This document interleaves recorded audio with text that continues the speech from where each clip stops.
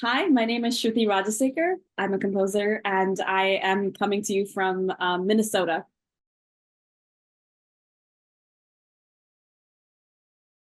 I grew up in a musical household. My mother is a Carnatic South Indian classical musician. So that's my first language of music, actually. So even though I was born and raised in the States and definitely exposed to a lot of genres here, I had this connection to my family's homeland. And my mother is a performer of that tradition kind of around the world. So I grew up with her touring and I would sometimes travel with her too. So I got to see life on the road when I was very young, which was very cool. The other part of that is that even though South Indian classical music was the kind of the river flowing under all of my musical interactions, I did get exposed to other genres of music because she would do collaborative projects with other artists. So I didn't learn about the cello because of like school, but I learned about it because a cellist would come home and practice with her in the basement. So it was a very cool education that way. Sometimes maybe because it was sort of hands-on, then that way I didn't maybe have a step-by-step sort of education. It was definitely an immersive one. I learned about Western music notation software from her new music friends who would introduce it to me and show me how to use it. So in many ways, I was always in that world of wanting to be a music creative, and I was exposed to that very early on. And then in other ways, I didn't really like, because I didn't do the formal version of the education from the, at least in the beginning, I never saw myself as a composer, but I was always noodling around, always creating, always encouraged by my mother to be improvising. And so it went hand in hand, really learning music and then creating music at the same time.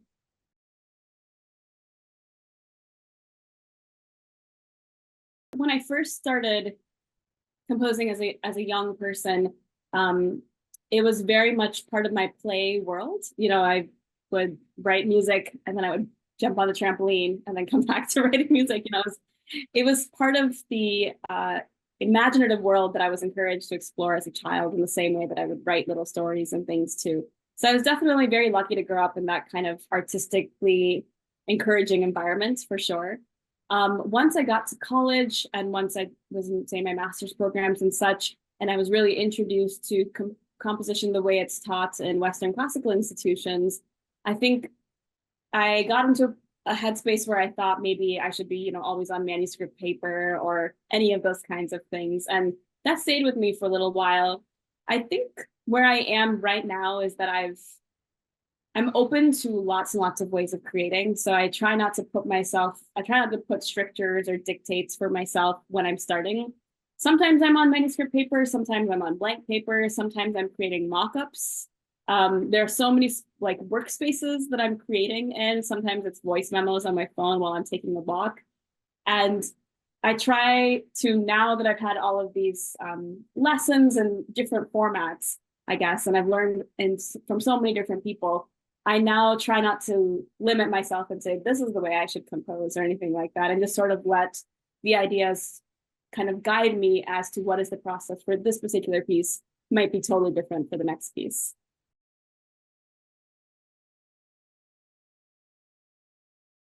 I think there are times where there's like a nugget of an idea that's so compelling that I have to sort of stop what I'm doing. Like say I'm in the shower or something, get an idea, like I have to run to some place to write it down right away. And often by then it's either transformed or I've like half forgotten it. Other times, I think you can't necessarily wait for inspiration. That is almost put yourself in the conditions to start like massaging an idea, even if you don't really feel like there's anything beyond that idea or you don't really feel like there's anything there. I love to improvise still. So I think that's a huge source of ideas is to just kind of either sit down at a piano or use my voice and just sort of start trying to see what if there's anything there at all. I definitely think themes and sometimes a bigger picture also helps. So sometimes it really does start from that seed of a musical idea. And then other times it's more of a feeling that you're trying to capture or more of an experience, maybe. And then research can help with that too. I know some composers who research a lot on their topics and then they read all those things, but then they sort of toss them away and then kind of come up with something new. But it's very much informed by that research. And I've definitely done projects where it's very fun and useful to be historically informed or informed by that topic.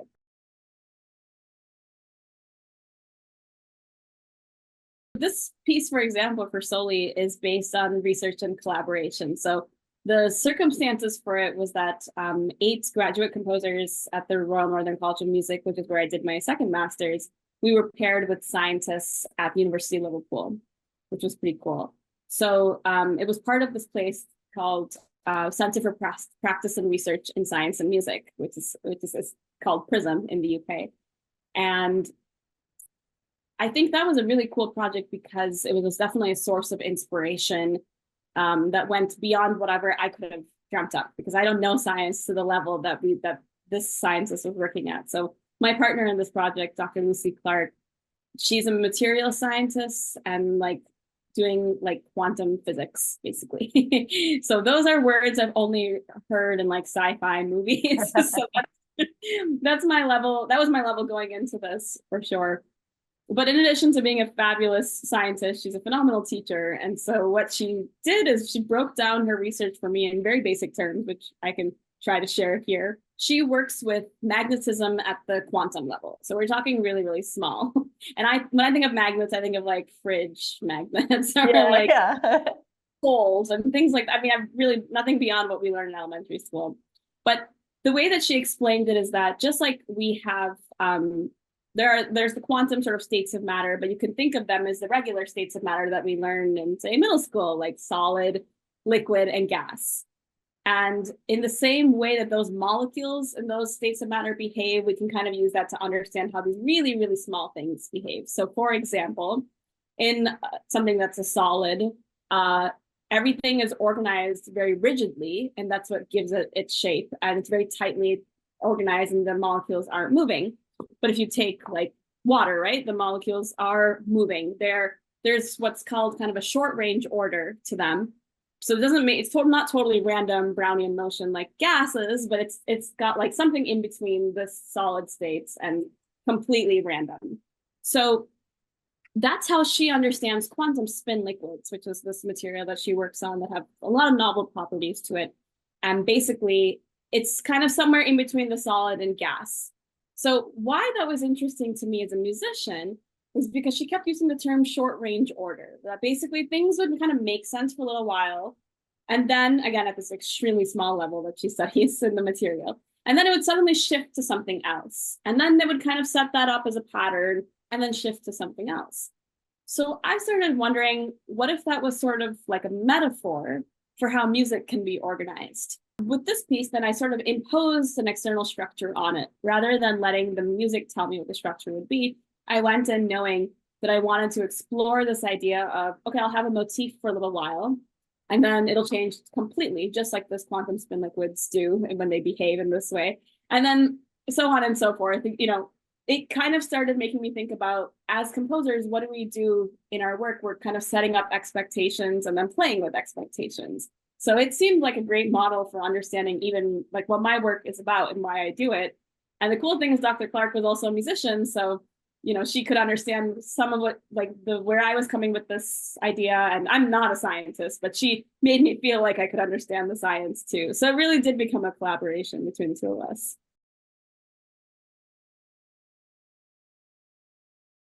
There are a couple things that I learned from this. So on the one hand, it was a lot of getting into the detail, nitty gritty of, okay, if I'm going to set up a spin direction, if my music has spin to it, for example, I'm going to have that for a little while and then change. By like imposing this kind of external idea onto it, I think it definitely made the music what it was. And I think I've always been trained as a musician to let the music sort of tell me what it wants to be. So this was an interesting exercise for me to sort of tell it what it should be. And then as I did that, it also it was like a back and forth. It was a conversation. And now I'm saying I'm just basically talking to myself because I'm talking to the music and that I am writing the music. Yeah.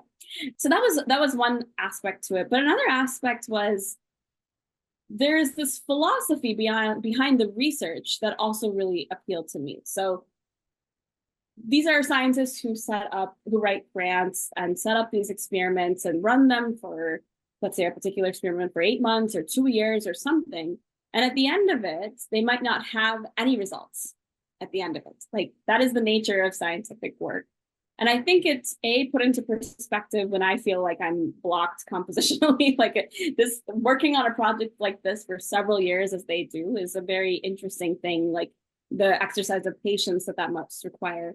But also there's a sense of faith in it too. And like there's a sense of like, it doesn't really matter, like they're gonna just keep going. Like, it doesn't, like, the results are not the only thing that matter. It's the fact that they'll just keep persevering and they believe in it so much, so they're going to.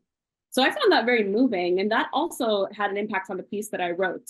Dr. Clark had taught me about this thing called emergence, which is this scientific phenomenon that's exhibited in lots of places. But one example of it is the simple thing of biology and life. Like, you have all these components, but how does life come to be, and like sentient beings come to be? For scientists, they're kind of humbled by emergence. That's what I understood from Lucy, from Dr. Clark. And that was really cool to me, the idea of like, we kind of give way rather than we are creating or we are imposing our will. And that very much aligns, I think, with my spiritual philosophy and my musical philosophy, if I could say I have one, which is sort of, you do things, but then you let others or let the world, the universe kind of take over. Whether it's working with performers, right? That's a relinquishing of control for sure that I really love, actually. So that was another aspect to writing this piece and doing this project that made its way into the piece. It's the second half of the piece is very different from this chaotic, frenzied first half. And that was sort of me letting go of like what I thought a piece should look like. For example, like what I thought should happen during the course of the piece, letting go of the frenzied motif that I'd introduced and just letting it kind of does appear again at the end, but in a totally different way. And I didn't force it in there, if that makes sense. And just an exercise in like believing in something larger than us, whether it's believing in quantum phenomena or something deeper than that too.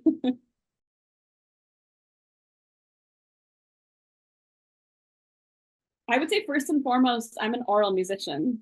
So probably the place where I have to let go the most, or tell myself to let go the most, is say if I've had a performance of a piece and, or let's say it was recorded actually, and I've heard the recording a million times, I can't let that oral footprint be how I think of the piece every time. Because I'm a performer as well, I'm a singer as well, and I think that in some ways I was open to that, maybe more than a typical composer, because I know what it's like to perform a piece a lot, and each time it's different. You know, your relationship with it can be different. But I remember the very first time I had a piece performed, as sort of a professional, it was maybe 8 or 9 years ago now. I was there for a Friday night and a Saturday night performance, and the Friday night performance was very different from the Saturday night. And I remember like having a hard time with that, actually. Thinking that I would be so comfortable with this because I'm a performer as well, and I know what it's like to be on the other side, yada, yada, yada. But how basically the reason why I had a hard time with it is that I was feeling vulnerable, like sharing a piece of music in front of people, and I hadn't realized that would be a vulnerable thing, but it was. That's where some of the control issues maybe can come in sometimes, is when you are feeling exposed, you want to hold on to everything. And I think those are the moments where I feel, again, just my philosophy in life, those are the moments where you should let go the most, the moments that you want to control the most, or maybe the ones where you should let go the most, just for your own well-being, but also I think in this case, the well-being of the piece.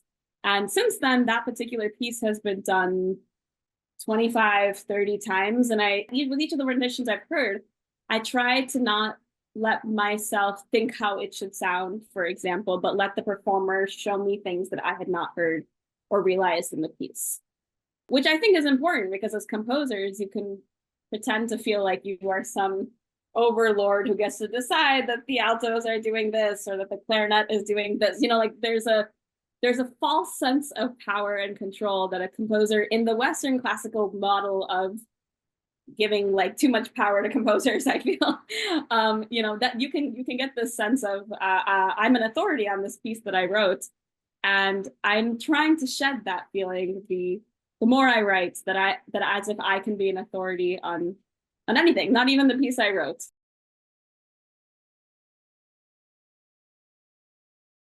My relationship with non-vocal instruments is newer in a way. even though I'm a singer, I grew up around other instruments all the time. So my mother is a singer, but also was primarily known for playing the Saraswati Veena, which is a string fretted instrument in the Carnatic tradition.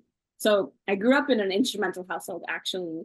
All around us, most of our collaborations were with other instrumentalists, I would say, from different world traditions, but also the classical tradition. And so I actually did grow up around a lot of really interesting timbres and sounds. The way I got most comfortable telling people I was a composer was from the choral world, basically writing for other singers, like writing for my friends, really. And that's how that started. But I had been composing a lot earlier than that sometimes for other instruments. I would just call it noodling around, but it was, I had the opportunity to even have some of those pieces performed when I was in my early teens. And so like it was always there, but I just never thought that I had expertise in that. The other thing too is that in Carnatic music, most of the compositions don't really distinguish between like what type of melodic instrument is playing it. So we don't have separate like flute repertoire and separate Veena repertoire, for example. All the compositions actually have words to them. Most likely the instrumentalist is not sharing the words as well, unless they're in a situation where they can play and sing at the same time. But everybody just knows that those words are there and they don't have to be realized in every performance, if that makes sense. So yeah, I think when I started getting into the more traditionally canonical Western classical education, and someone would be like, oh, the flute's timbre is so different from the oboe. Well, all these instruments, at least the Western classical flute, for example, they're all new to me to some extent. Like I had not studied them in a sense of understanding. I didn't automatically know the score order, for example, at least at the beginning of that education.